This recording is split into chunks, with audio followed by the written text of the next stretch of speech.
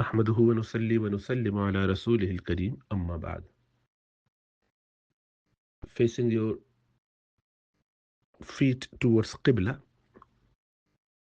is not haram and is not sinful. It is su'ul adab though. It is not appropriate if there was no need for it. This is adab, manners, your behavior, your respect.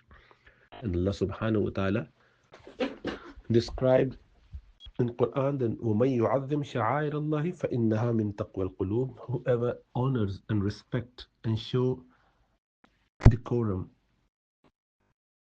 this is then the sign of that individual having piety. This is a hint to the point that the individual has got consciousness. And Quran, likewise Masajid, similarly Kaaba, these are sha'air of Allah subhanahu wa ta'ala. These are the symbols that would remind us of Allah subhanahu wa ta'ala. To honor such symbols is part of our deen, and we must take caution and be careful about it. And obviously, if someone has to do it, because the bed is such, they cannot move it, they're unwell, they accidentally pointed, that's fine. No problem with that. But they could go on to all three directions, but they choose to go towards Qibla knowingly that, oh, it's not haram, so what, I can do it. I know you can do it. You can do many things, but don't have to do all those things that you can do. Because not everything that you can do is appropriate for the situation, for the time, for the place. So respecting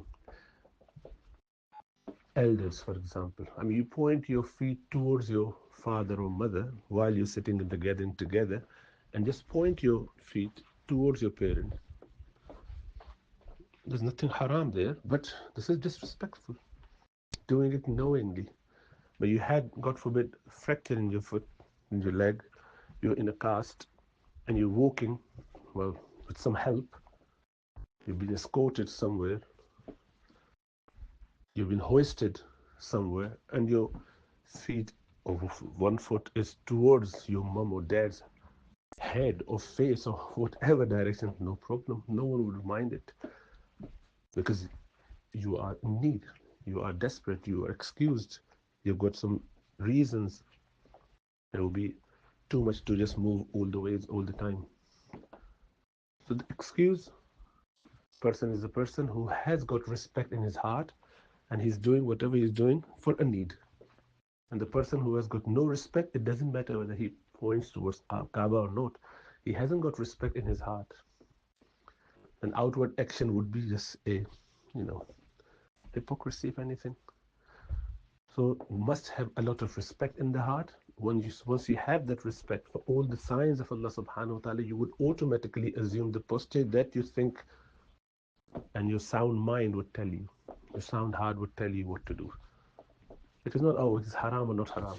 As I said, there's so many things which are not haram, yet you shouldn't be doing it. In fact, you would not want your children to do it to you. You would not want your colleagues to do it and say it to you. So we need to be a bit careful about adab. So this is respect and propriety. We should just try and adopt as much as possible. If there was no need, why to point towards Kaaba? There are three other directions we should be a bit careful about. May Allah give us tawfiq to understand the concept.